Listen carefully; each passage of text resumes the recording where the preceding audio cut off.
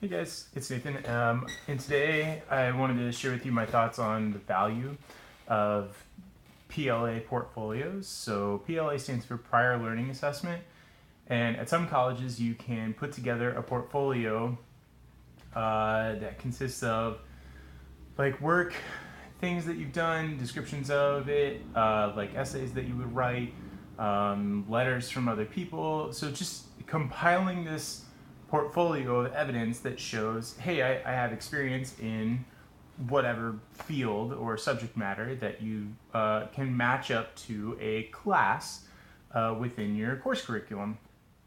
Um, so I took some intro to PLA courses, and they were required by the college if I was going to pursue prior learning assessment in general. I wanted to try to do that for actually several courses. Specifically, I ended up with 3 that I wanted to do, which would effectively be 9 credits. Originally, I had wanted to do about 20. Throughout the course of the process, I discovered that it just wouldn't be worth it. So, so my first thought on the entire thing is it's a really cool sounding thing, but it's kind of just a huge pain. I took the required courses for learning how to put them together, and I feel like I spent $100 to get $10. What I mean by that, I mean it's a little self-explanatory, but I feel like I invested significantly in order to purchase information that was very cheap, and so the value of what I was able to take is just, it could have been summed up in a much shorter time, in a much less difficult way, and so I felt a little unfortunate on that side. Um, I honestly didn't even buy the book, which was pretty significant. So most of the book was actually available within the course, and the teacher for the course was the person who wrote the book. That felt a little awkward anyway. So anyway, I didn't even have to spend all that much in order to take the class, but I still felt like the class was way too expensive. Um, I felt like they gave me very little solid direction. So even though I took 2 classes, PLA 100 and PLA 200, at the end, I didn't honestly feel like I had a clear understanding of what it was that I was supposed to be putting together. So it really taught me a lot more about like the what the idea of PLA is and the concepts of it, rather than teaching me and walking me through how to actually put a portfolio together. So it felt like 100 and 200 were both just prep courses for then potentially taking an actual course for how to put your PLA together. And so I just walked away feeling like, you know, I had to sort of come up with my own. So now, I mean, like I have my own, like, this is how I'm going to pursue this, and this is what I'm putting together for it. And I'm actively working on that. But the reality is, I'm not sure what I should be doing. I'm just sure what I'm going to be doing.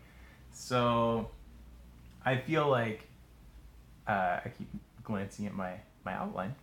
I feel like the same time that I invested in taking the 100 and 200 and then putting all of this portfolio together myself, um, I could have easily invested the exact same amount of time in taking either actual courses or doing self-study to pass tests. So now, the things that I'm trying to portfolio out of, which are things like small business finance and small business management and marketing, there are no tests for those. So I would legitimately have to take courses for them. But I could have taken an online course. I probably could have breezed through the subject material, similar to how I'm doing Marketing 400 right now.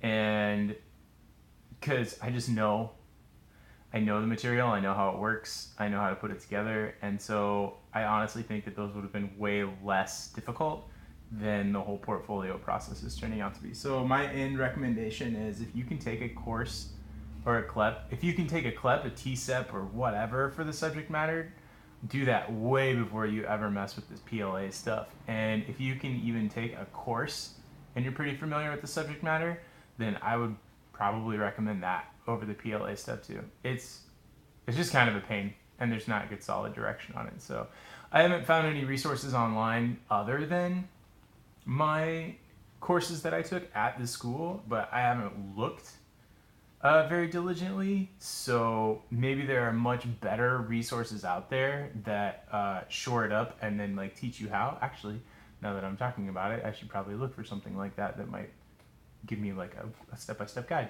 That would be really nice. So I'll look for that. If I find one, then I'll post it. But as of today and as of right now, my intake on it is it kind of sucks and it's really not worth the effort. I've put enough time into it now where I'm going to finish it up and I'm going to submit my portfolio for my 9 credits. But only because I'm already so invested. But I definitely feel like, yeah, I'm investing $100 to get $10 or $20 worth of actual return in this case. So it kind of sucks. So that's my take. Thanks.